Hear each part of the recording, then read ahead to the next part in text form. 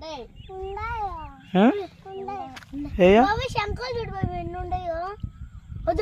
ఫిష్లో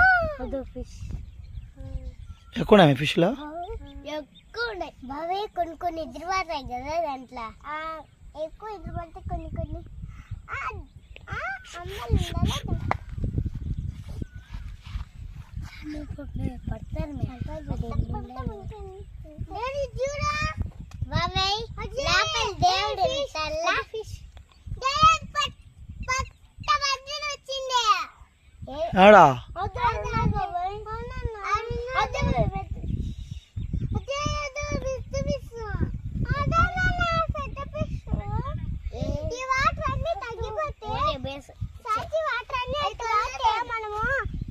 ఆపుకోవచ్చు కదా.